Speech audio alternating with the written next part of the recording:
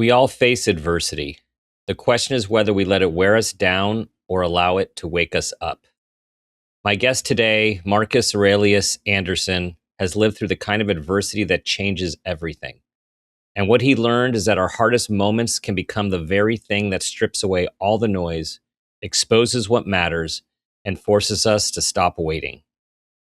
This is a conversation about radical gratitude, real authenticity, and using adversity as fuel.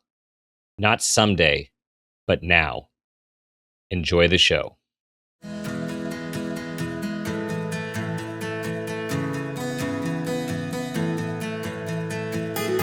Welcome to Make It a Great One with Dr. Dan. This show is all about bringing hope, connection, awareness, and wisdom through meaningful conversations that inspire us to be better versions of ourselves and have a positive impact on humanity. This is your place to pause, reflect, and reconnect with who you are, what you care about, and who you want to be.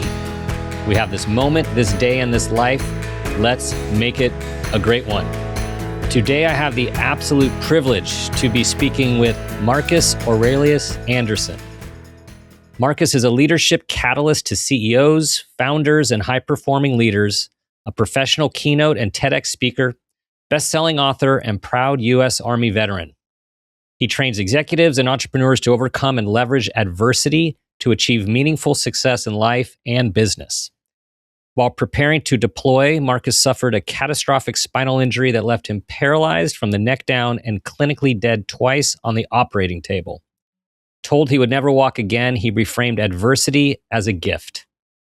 His best-selling book and TEDx talk, The Gift of Adversity, and his latest book, Acta Non Verba, deliver a powerful, action-driven framework for leading through adversity.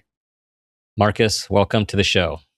Doctor, thank you so much for having me and for that incredible intro. I'm going to try to live up to it to the best of my capacity on this side.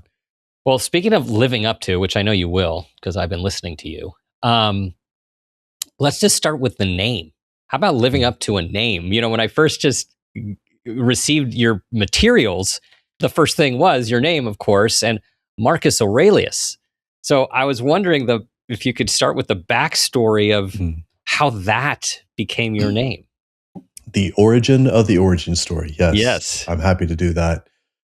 I was born on the same day as my grandfather, my father's father. And that's March 27th. And my father calls my grandfather and says, "Hey, Dad, happy birthday. I got you a son, a grandson. I want you to name him as the gift." Now, my grandfather at that time knew that he was sick, knew that he had cancer, and knew that he probably would not live to get to see me, if at all. And so he says, "Name him something strong, like Marcus Aurelius." And my dad says, "Okay, so Marcus Aurelius." He says, "Well, Marcus," and he says, "No, Marcus Aurelius." So that was the gift, and that's what he gave. Now, I don't think my grandfather really understood who he was. I'm fairly certain he hadn't read Meditations or knew who Epictetus was, but he knew the name. And it's almost like A Boy Named Sue with the Johnny Cash song, where that really sets you on a manifest destiny. That really creates this expectation. Now, I tried to read Meditations when I was 11. Did not go well. Went over my head. I didn't understand the context. For those of you familiar with the classic Meditations, he's discussing what he learned from his father, his grandfather, his mother, his instructors. And as an 11-year-old boy trying to understand this, couldn't comprehend what it was. And frankly, I was not happy with this person that I'd been named after. I also knew that I wasn't an emperor. And at that age, the only thing that seemed similar to that was king. And so I'm not an emperor, I'm not a king, and I don't like the way this guy writes. I was named after a person that I detest. But as I'm walking through the bookstore with the tail tucked between my legs through the philosophy section, I just started martial arts around that time. And there was a book that was faced out and it had these Chinese letters on it. That piqued my interest. I grabbed it. I opened it up. I opened it up to chapter 9. And the line that I read says, "Continue to sharpen your blade and it will go blunt." Now, even at 11 years old, that made sense to me. And I continue to read it, and it says, continue to overflow, continue to fill up your cup, and it will overflow. Be concerned about the opinions of others, and you will forever be their prisoners. So, for those of you that are familiar with Taoism, that's the Tao Te Ching, chapter 9. But it was the most significant thing, prose I'd ever read at that point in my life. And I said, I don't know what this is, but it makes sense to me. And I went to the counter and I bought it, and I rode my bike home. And that was my gateway philosophy to begin to understand Stoicism years thereafter. But that's the name, Yeah. and it's I went by Mark, just M-A-R-C, for a long time because Marcus felt too much gravity. Yeah. Went by Marcus when I got to college, and then did not step into the identity or the name until after my experience with adversity. And is it too strong to call it an awakening? I would say it's an awakening. I would say it's an enlightenment. I would say it's a reawakening. Yeah. Semantics, Yeah. we can play those all day, but at the end of the day, every single one of us has a rock bottom or needs a rock bottom. And once we've been slapped awake by adversity, we cannot sleep in mediocrity any longer. So, And how you come to this, because people see what is now, right? People see and they see this evolved version, this accomplished speaker, accomplished advisor, um, martial artist, also a someone with great physical endurance and tenacity with all that you put yourself through. And it's so important, especially in this day and age where people project, with our social media, everything's projecting of how everything is so beautiful and wonderful and perfect and makes us all yeah. feel less than.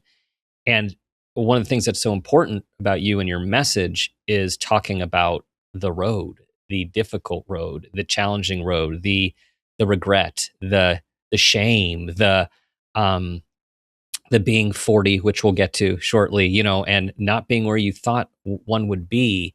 Yeah. And yet all of that was absolutely needed without you fully being aware or being aware of it all to get you to that lowest of low points, to rise and to help others do the same.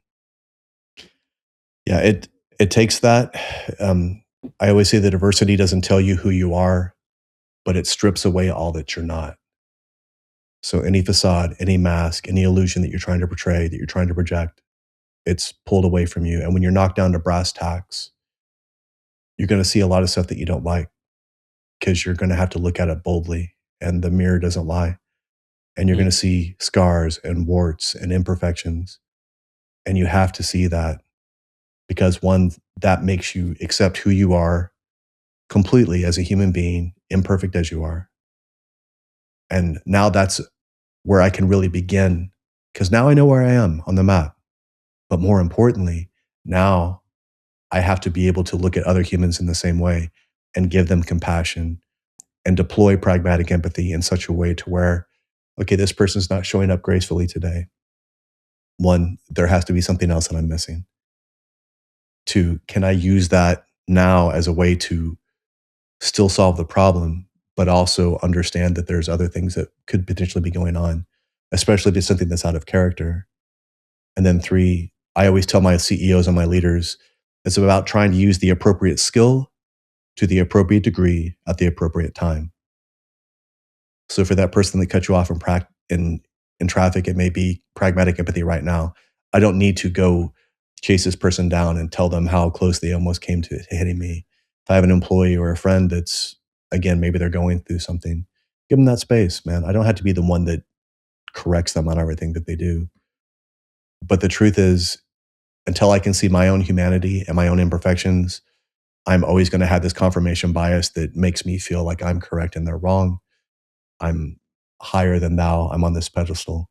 Hmm. And when we do that, we make ourselves out to be much more than what we really are. And then we start making decisions from this wrong perspective, in my opinion. I also heard you say that adversity knows what you're capable of before you do, or knows what we're capable of before we do. Yeah.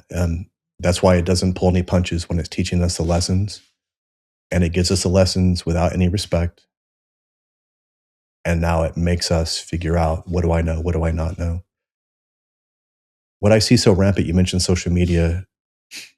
And as an author, this kind of kills me, but Stephen Pressfield and Tim Ferriss were saying how book sales in general have started to just decrease, not because they're not good authors, but because of AI and the ubiquity of information. It's like water. But knowledge that is acquired and unutilized is the equivalent of ignorance. So however many books I've read or however many certifications or whatever I have doesn't mean anything if I don't apply it. So when I was injured, when I was in that place, it really forced me to realize that having potential means nothing if you did not execute against it consistently. This is where that idea of octa non verba comes from. Anybody that wants to write a book, start a business, create a podcast, don't send me your business plan. Show me what you're doing. Show me how willing you are to fall down. Show me that you're resilient enough to fail, learn the lesson, and then get back up and keep moving. And that's very much from this martial mentality, from this Stoic Taoist Zen perspective. In the military, that is a natural philosophy that just kind of propagates because it's an environment that forces us to be in that place. And that's why adversity, I say that the best teacher we'll ever have is the physical manifestation of adversity, an adversary, because they're not going to give you a break. They're going to push you. They're going to challenge you. And if you can stand up in the face of that and learn, not necessarily win, but learn, be willing to move forward, that's everything. So this whole notion of, for me, it's real, of what's real. And you were talking about all the things that are out there with books and all of that. And just before we went on, my wife had forwarded me an Instagram post from someone who 8 slides of how to basically hack and cheat your way into being a thought leader. And it had 8 steps of every single piece of BS you can do to look like you're something that you're not, that you haven't earned, and that you don't know. And I had responded back to her, besides how nauseating it is to receive that, knowing the work that I do and the road that I've been on as you, is that it actually makes me want to double down on authenticity, on presence, on everything that is real, and helping other people see and know that that is actually the differentiator in the day and age that we're living in, is not the bullshit, but the real stuff. And that's at the core of what you're talking about and what you teach. It absolutely is. And in an environment that is just overloaded with AI slop, authenticity is truly an act of like rebellion, right? That's how you differentiate yourself. That's your secret sauce. You show up not sounding like that. Sadly enough, anything that you and I create will eventually get put into that zeitgeist and kind of put into the ether. In my first book, I say that nothing that I say will be original, because there's nothing I can possibly say or describe that has not been described much more eloquently by much better men and women from the past. However, I say it from an authentic perspective, and I say it with a way that actually is authentic to me. So there are so many people that, especially now, right? They can AI anything that they want. They can pull all that stuff. They can rip it. They can throw it into slides, and then now all of a sudden they have content. Fuck content. Give me compassion. Give me character. Give me humanity. The 10 years that I've been building my business, social media is necessary to an extent. We have to have a presence, but 90% of my business comes from people that I've had a conversation with, have seen me in person, or are referring me from other clients. Now, they may go to social media or a TEDx or my book or listen to a podcast, but it's only going to confirm what they already probably suspect to be true. So the idea is, here's the other part. It is impossible for me to stay in the game long term if I am not authentic. Any illusion that I try to portray will eventually fall, That's the beauty of adversity too, right? If I'm tired, I no longer have the luxury of trying to hold on to facades. I just don't. I'm going to tell you like it is. I'm going to say it the way it needs to be said. And I had the self-awareness and the relationship to know what this person needs to hear, what they're going to be receptive to, right? Mm-hmm. It's almost like a love language, or in this case, a leadership Yeah. language. Yeah. Some people want you to be indirect. That's fine. But if I've told you indirectly 4 or 5 times, I have to be direct so that you actually understand what I'm saying. I have to stop you in your tracks. Stop telling me, yeah, yeah, yeah. Listen to what I'm saying, and then tell me, what are we going to do next? And until we're to that place, until we can be honest with ourselves, we're just going to keep Mm-hmm. running in circles. And again, we can give this illusion, Mm-hmm. but people will become disillusioned pretty quickly, especially authentic people, because they can see through that and they can smell the bullshit a mile away. Totally. And I have always felt and said that in the clinical work of my practice and the coaching work, it's like the high is having a relationship with your client that you can say absolutely anything to them in the service to them that Yes. they don't want to hear, but that they ultimately accept and thank you for it. That's it. There are also some clients that I've noticed, and I know that you've done this a long time too. Some of them want that punch in the mouth because it makes them feel like they're getting something out of it, or it's an adrenaline rush that they're to prove wrong. And sometimes that's not what they need. I don't need Mm-hmm. to raise my voice or give you some like hardcore analogy. I just need you to be honest with where you are, what you want. Mm-hmm. When you've got like this thing that you claim that you want over here, and now your actions are here and they're incongruent, what are you doing? Why are you doing that? Are those actions for you, but you're trying to portray somebody else's expectation of what success looks like? Let's be honest about that. If you really, again, how much success do you need, right? Mm-hmm. If Mm-hmm. you have a $200 million company, is 300 million going to make you happier? Maybe that would be a better allocation of that time to go spend time with your family, right? Mm-hmm. Maybe work on your health, maybe meditate, maybe pray, maybe step away from the social media for about 20 minutes and come up with your own thoughts for once, right? It's so easy to regurgitate what somebody else has said because that person has already done all the years to digest it. It doesn't mean anything if I don't understand it or if I'm not applying it. So for me, and again, being injured and having everything ripped away from you and understanding that we would talk about memento mori, right? This idea that I will die and understand that.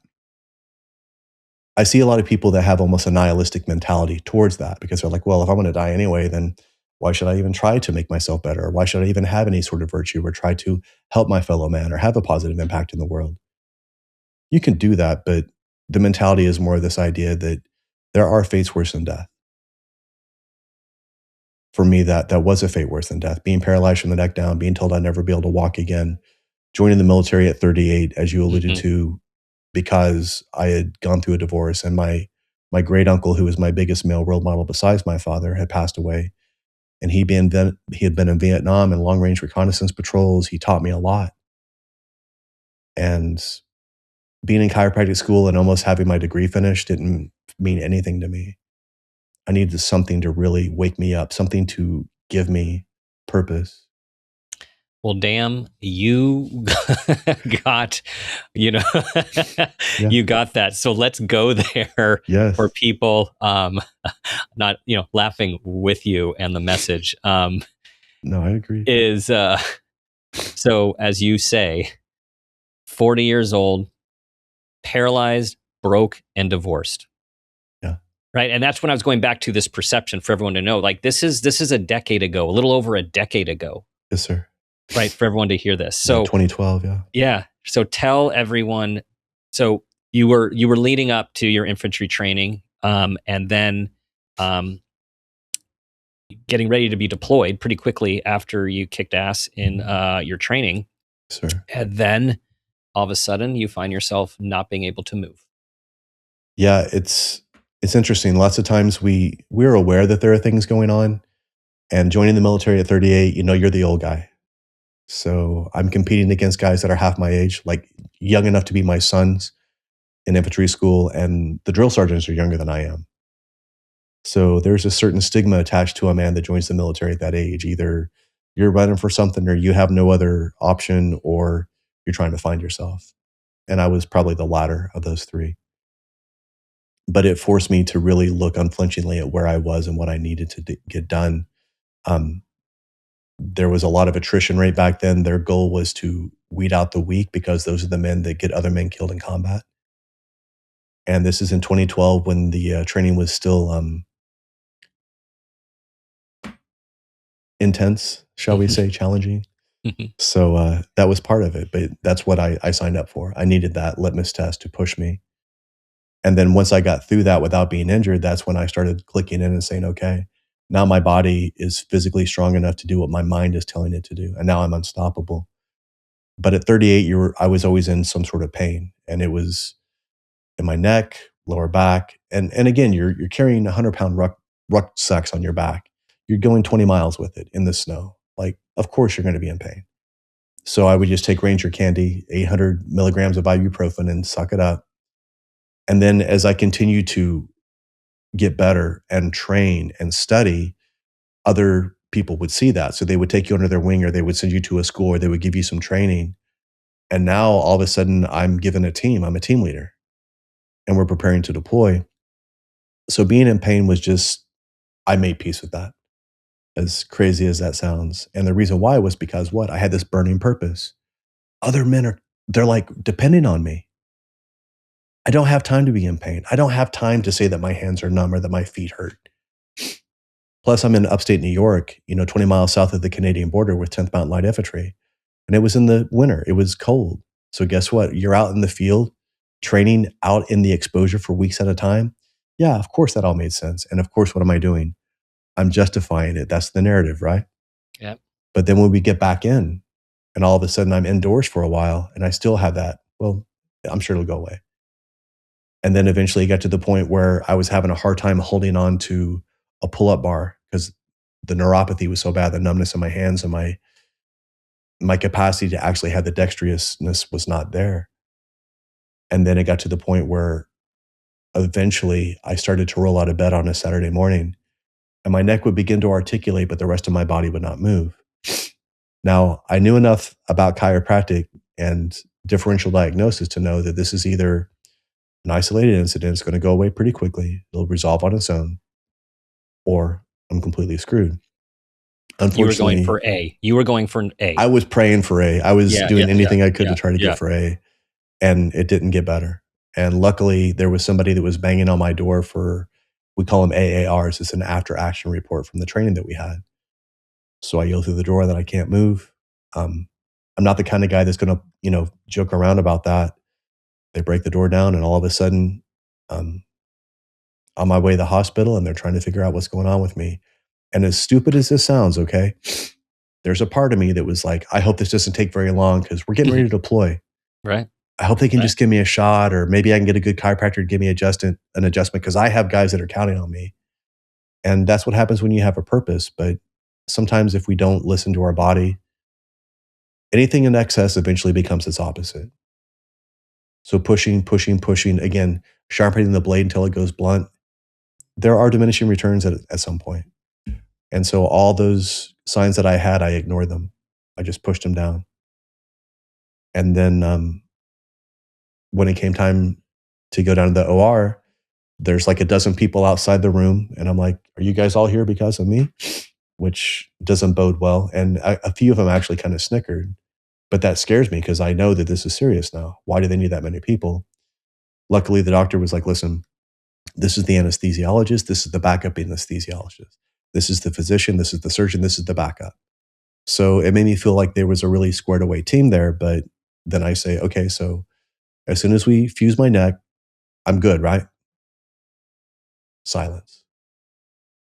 Man, that's not what you want to hear when you're getting ready to go under the knife and you have your entire physicality taken from you.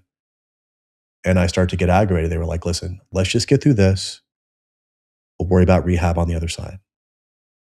And I'm still getting scared, which means I'm manifesting anger, right? I'm trying to facilitate that. But then they put the mask on me and have me count from 100 and I get to 99 maybe.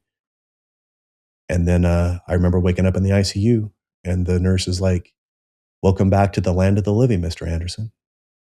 And yeah, that was, You flatlined twice. yeah, the surgeons came in the next day and they said, "We lost you." And I was like, "How do you lose me? I'm not a small guy."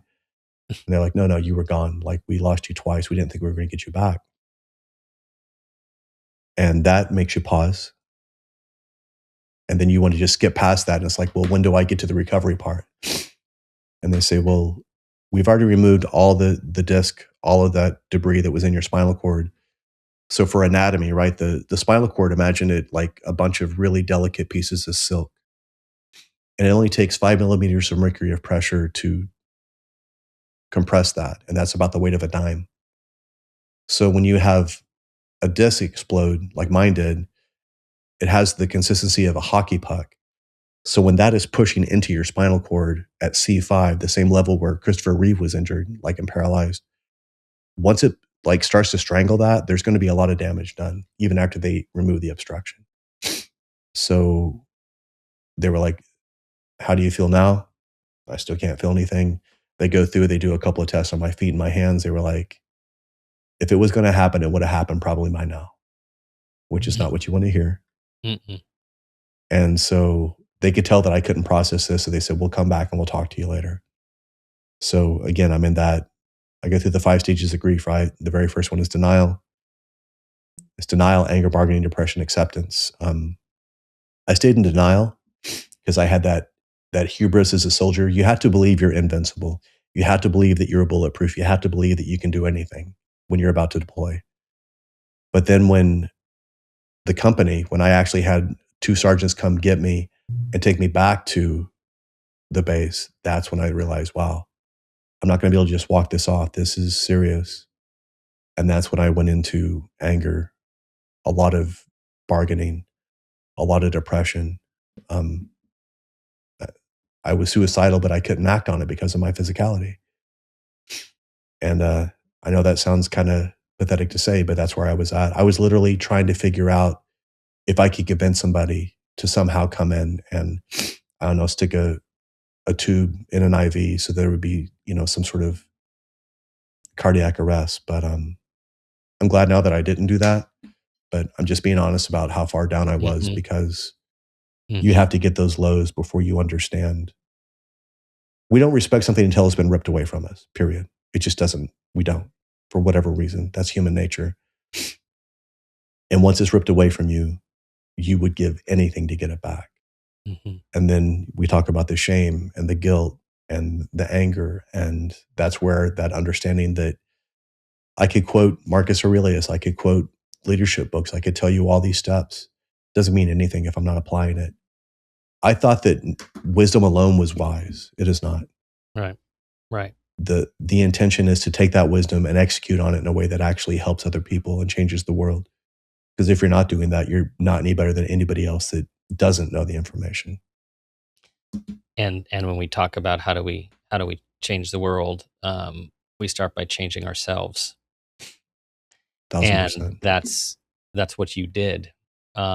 You had quite a bit of time of understandable anger, probably rage, and I'm sure the people around you who were caring for you were probably in some ways felt blessed that you could not move your body to express all of it. Yeah. And then you had this, what was it? What would you call it when it came to you about how you how you started to have true gratitude, as you call it, no BS, uh, Yeah. full bore gratitude. How did Yeah. that come to you? And please describe to all of us that So, process. yeah, and I'm glad you're pointing that out, because again, it was not graceful, it was not skillful, it was ugly. People tell you you have to go through the 5 stages of grief. What they don't tell you is that you will have to do it every single day. So you'll finally get to this place where you're like, okay, I think I'm at acceptance. And you wake up the next morning and it's still hope against hope that it's going to change.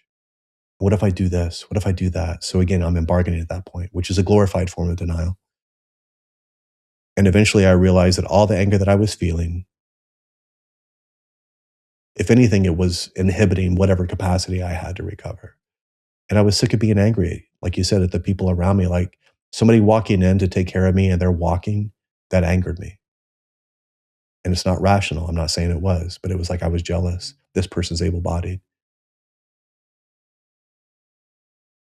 Once I eventually got tired of being angry and realized that if this was what my life was, and that's the way it looked, am I just going to be a pissed off veteran for the rest of my life and be miserable and make everybody around me miserable and push them away because of my ego? Because that's what I was doing. I realized, okay, well, if this is what my life is, what can I possibly do to make it better? And breath work, I couldn't control much of anything else, but I could control my breath. And those of us that understand physiology understand that if you go from sympathetic, the fight or flight, to a parasympathetic state, that gives you the opportunity to what? Detach. You know, Frankl talks about it, right? This idea of between stimulus and response, there's this gap. Adlerian psychology, we manifest an emotion to justify a means that we want. So I'm not angry. I want to yell at this person to show them that I'm correct. Therefore, I fabricate anger to justify the existence of it. And when we do those things, it helps us step back and detach. It helps us not see it. We're not in the weeds with it. And once I started doing that and realizing, well, if I can breathe, I can choose. And if I can choose, I can find opportunity. In Zen, they say it's not about you, so take yourself out of the equation. So for me, I took myself out of the equation. I was like, man, I started to realize that this injury in my mind would have happened no matter where I was in the world, a ruptured disc, right? Because it had been building up all that attrition. So whether I was at Fort Drum or I was in Italy preparing to deploy out, or whether I was in the sandbox, this injury would have happened. And they had pushed our deployment back 3 times. So I realized, wow, if we'd have been in a combat zone outside the wire, if I had a team, which I would have, for every 1 man that is injured in combat, it takes 2 men to pull him to safety. It's like, man, if I'd have been out there, I would have jeopardized my guys. And then I let it continue. I was like, I would have actually jeopardized them. And then another team would have had to come down and cover down for us. So they would have been in jeopardy. And then a helicopter would have had to fly in. And if anybody's seen any military movie in the world, from Black Hawk Down until anything else, you see how big that Chinook is, how big of a target that is. There's people putting their lives on the line for you because you're injured. And then I remember saying something that I never thought I would say. I just remember, and it was almost like I was outside of myself. I was like, man, I'm lucky. Not that I'm lucky, but man, I was just fucking grateful that nobody else had been injured. And that was the beginning. And that was like, wow. I'm grateful that that didn't happen. I'm grateful that nobody else was put in harm's way. Then that helped me have gratitude for the nurses that were putting up with me. I was grateful for the room that I was in the United States, that I was safe. And after 2 weeks of that radical acceptance and just no BS gratitude, I started getting feeling back in my left hand. And it wasn't perfect at all. But when you haven't had any kind of glimpse of hope, it's what I needed. And I just kept leaning into that to the best of my ability and letting go of all the stuff I couldn't control. In this life, there are only 3 things we can control: our thoughts, our beliefs, and our actions, period. Anything outside of that, like the weather, somebody else's opinion, somebody else's beliefs, somebody else's actions, I can't. We desperately want to, but we cannot. Mm-hmm. So taking that sort of like radical self-acceptance, that radical gratitude, that's what I had to have. And that was the beginning of a 1.5 year journey of physical and occupational therapy, and then eventually medical retirement. Medical retirement into a career that you didn't even know was waiting for you. And what I love about this part of the story is because it actually goes right into what we were previously talking about, is authenticity. Yeah. Is you found your way into well, you are a martial arts instructor and have taught people for many years, but you started to talk to your a particular student who happened to be a CEO, about what you've learned, and started I think, inadvertently coaching him, which led to him saying, actually, you're better than my coach. Can I pay you? Sure. Getting a check, like, whoa, this is how much these people make. And then Right. him referring more people. And then you getting, hey, can you speak at a conference? Sure. Just talk about your experience, talk about what you've learned. They give you a check. You're like, wait, what? Like, yeah, people get paid for this stuff. So it happened with you purely being you, Yeah. with pure authenticity and groundedness and presence. And it just kept unfolding through that natural process. Yeah. It and it looks beautiful in the hindsight, right? The 42 years of adversity leading to that. Yeah. But that's what we have to have, right? We have to have something that stops us from trying to. Stephen Pressfield, I'm sure you're familiar with his work. He talks about this idea of shadow work, where we will work adjacent or in proximity to certain things that we want to do, but we don't have the courage to actually go out and do it.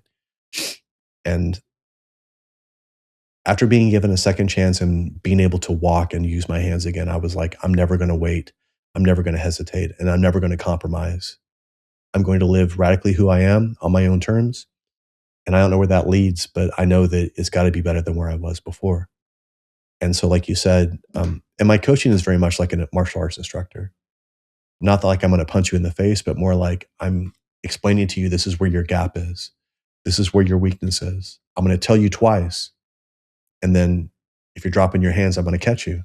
I'm not going to knock you out, but I'm going to try to prove the point. Because to me, I have to take it that seriously. This person, if they're trying to defend themselves or their family, the lesson I give them has to be true and authentic. It has to be real. I can't BS them. Well, it's just as important for a CEO or a founder, right? Like they have a multi-million-dollar company. The advice that I give them matters. The choices they make have repercussions. And whether it be on all the people they employ or their wife and their kids, it matters. So when we understand the gravity of those things, it makes us add more gravity to the things that we do. And that authenticity is the only way that I can do what I do, right? Because Mhm. there's some, even back then, in 2015, 2016, there were so many people that were, to me, it was like, how do people fall for this? How do people want to be a part of this? And the truth is, a lot of those people, they don't want permission. They just want somebody to actually help them, like truly give a crap about them. And that's what I was trying to do. And that's what helped me. And then that led to my TEDx. Even before that, there was, I think my second or third speaking event, there was a Q&A. There's always somebody that wants to talk to you, and they always wait at the back of the room because they don't want to ask you in front of other people, and that's fine. And I had a woman that just read me the riot act for the fact that I did not have a book. How dare I have such an incredible story and not have a book, which is exactly why I tried to write it. And again, I think about Stephen Pressfield or Robert Greene, and I'm not nearly to those men's level, clearly. But I tried to write an authentic story to the best of my capacity and then connect the dots. And it also it was cathartic. It gave me closure Mhm. because I wanted, it's like when a kid burns their finger on a hot stove, like you want to put as much distance between you and that adversity as you possibly can. But even now, I still have neuropathy in my hands and my feet. So I'm constantly tethered to it, whether I realize it or not. And to me, I wear it almost like a badge that reminds me, hey, you're Mhm. lucky. Yeah.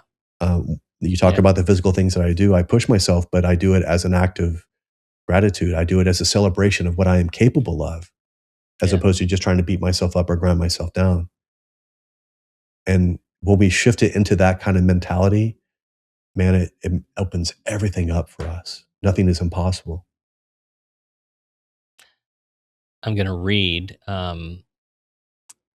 what is in the beginning of your new book, Mm, Octa Non Verba, which you said at your TEDx talk so many years ago.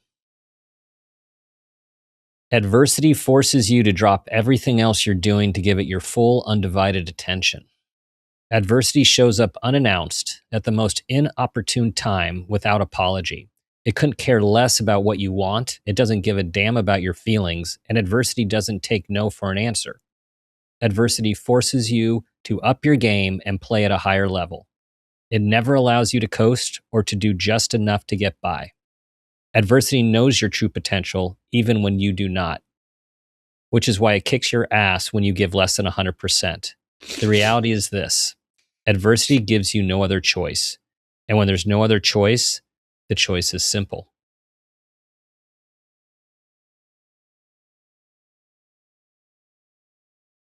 Your experience and what you teach, talk about, and coach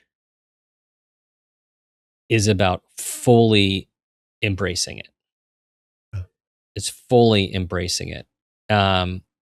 And I had to share this with you. I questioned whether I would um, share this on the show, so I saved it for a game time decision. Is we're dealing with some adversity in our family because of a loved one with an illness, Mm. and so the idea of going through the stages of grief every day and every week is very real right now. Yeah. And yesterday was a hard night and a hard get up. And I went for a run and I put on a podcast that you were on. And it is exactly what I needed to hear about this adversity that we are facing as a family. And it shifted my energy. And and it was by leaning into and embracing it and accepting it, as you talk about, as opposed to just trying to survive it, get by it, get through it. It's like lean right in. I'm sorry that you're going through that. Um, but I'm glad you're leveraging it. In my mind, adversity is fuel. And just like you did, right? You learned to click it in, you weaponized it, you used it for you, not against you. And that is what led you on the run, right? Hmm. Um, every emotion that we have, none of it is superfluous, none of it's an accident, okay? So feelings of anger, feelings of fear, all those things, we have to listen to them. They're telling us something. And if I choose not to, then eventually I become numb to those things. Now I'm not paying attention to anything. Now I can't pay attention to my wife, my kids, whoever, right? At the same time, we can understand that adversity is a gift, but we can still be present and be very honest about what we're going through. I don't want anybody to try to minimize it or act like it's not there, because that's not going to help us either. That's literally a form of denial, right? Hmm. But what we can say is, all I know, like you said earlier in your intro, I have this moment, I have this time.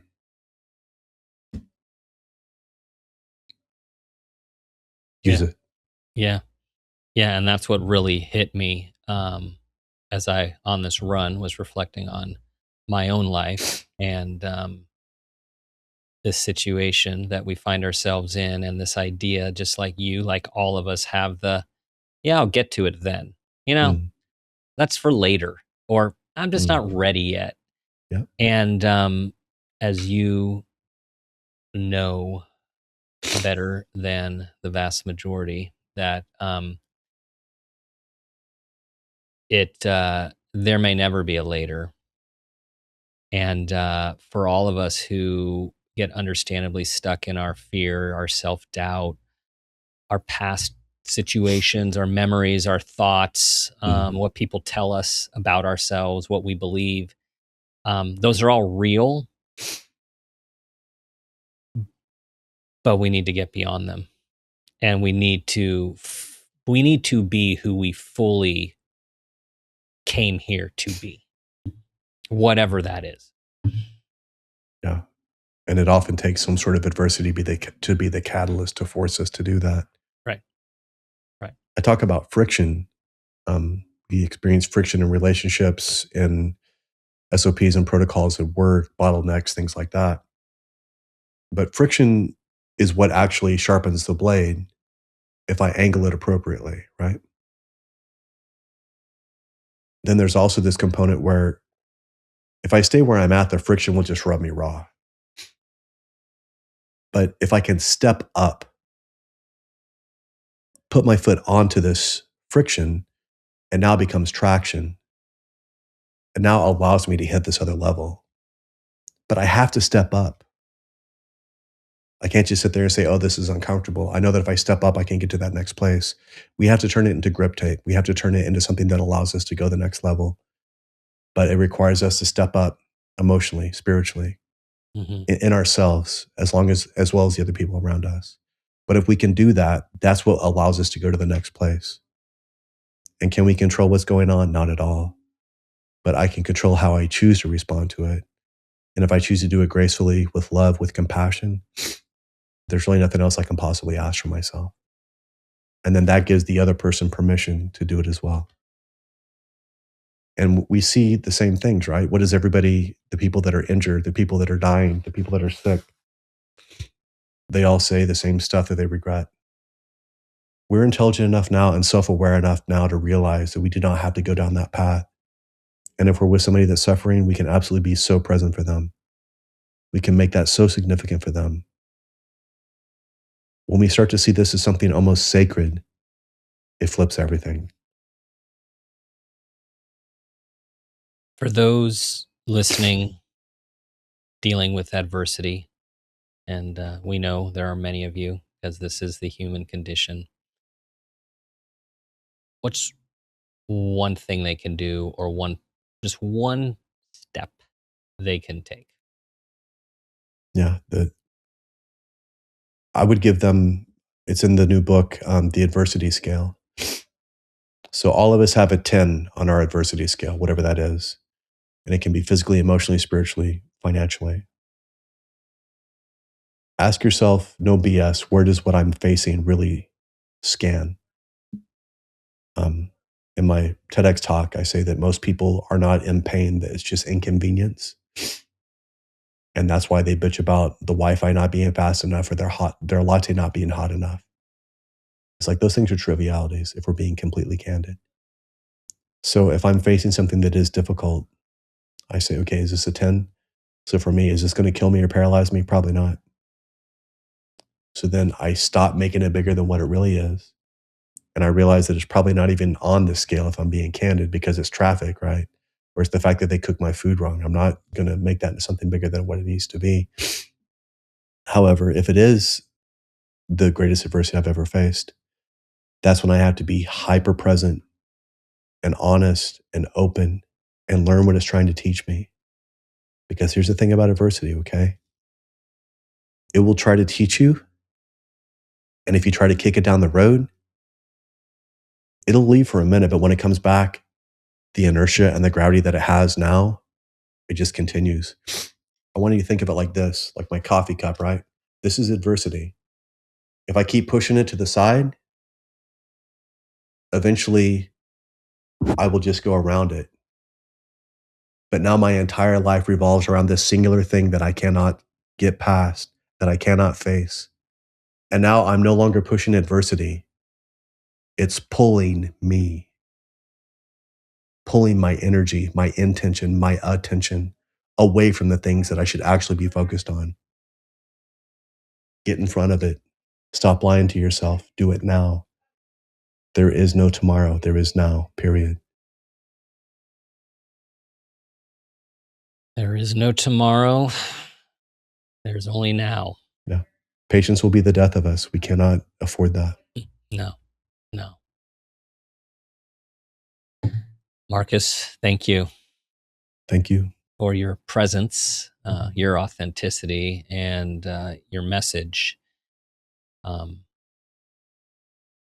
were given that name, and boy, are you owning it and living up to it. And Trying. Thank you. yeah. So you have your new book. You have a beautiful website, social media. Tell everyone where they can find everything you're doing and your resources. Absolutely. And I'm glad you enjoyed the website.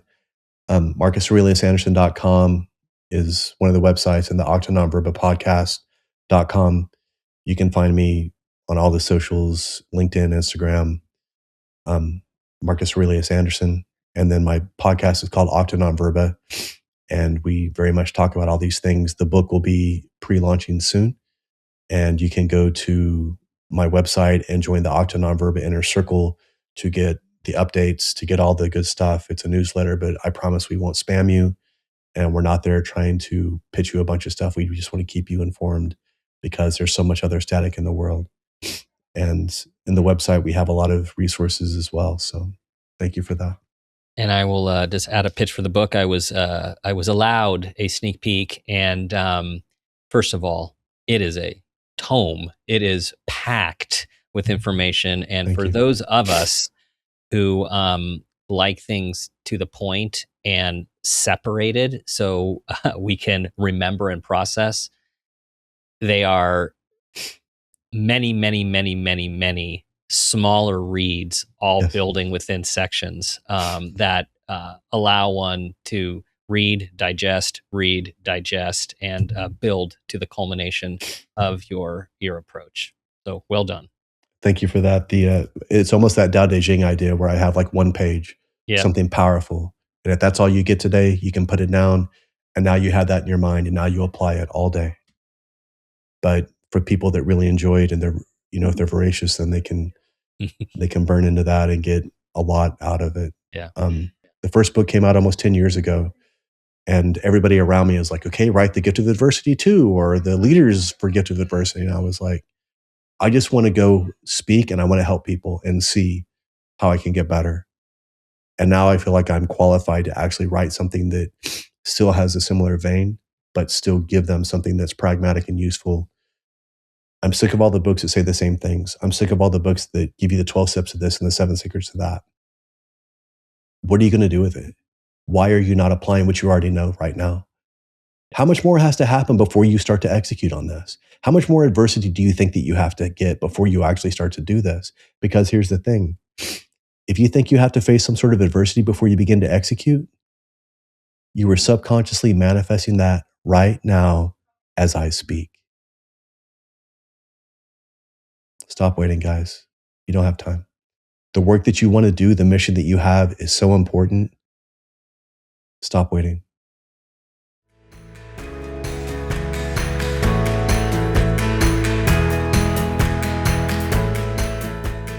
Marcus is speaking as someone who lost everything and found a way to not only get it back, but to live fully with courage and to help all of us embrace what life brings us, adversity, and how to use that adversity to ignite us to live now. Here are 5 key takeaways from this conversation. Number 1, adversity doesn't define us, it reveals us. It strips away the masks, expectations, and illusions we carry and forces us to honestly confront who we are and what matters most. Number 2, knowledge means very little without action. We can read books, learn the philosophies, and understand what we should do, but wisdom only becomes meaningful when we actually live it. Number 3, gratitude is not denial. Real gratitude doesn't require us to minimize pain. It allows us to acknowledge what is hard while still recognizing what remains, what matters, and what is possible. Number 4, friction can become traction. The obstacles and discomfort we encounter can either wear us down or become something we step onto to reach the next level. The difference is how we choose to engage with them. Number 5, stop waiting for someday. There may never be a perfect time, more confidence, or fewer obstacles. We have this moment. If something matters to you, begin now. Marcus's words penetrated. They penetrated me at a very deep level at a time when I very much needed to hear them. And I hope they have had the same impact on you. We are interested in what you think about this episode. So please feel free to leave us a comment at Dr. Dan Peters on Instagram or reply to any of our social posts. Please share this conversation with anyone and everyone you think needs to hear it. Thanks for being a part of this amazing community and bringing your people to us, your 5-star reviews, subscribing. It all makes a difference. We have this moment, this day, and this life. Let's make it a great one.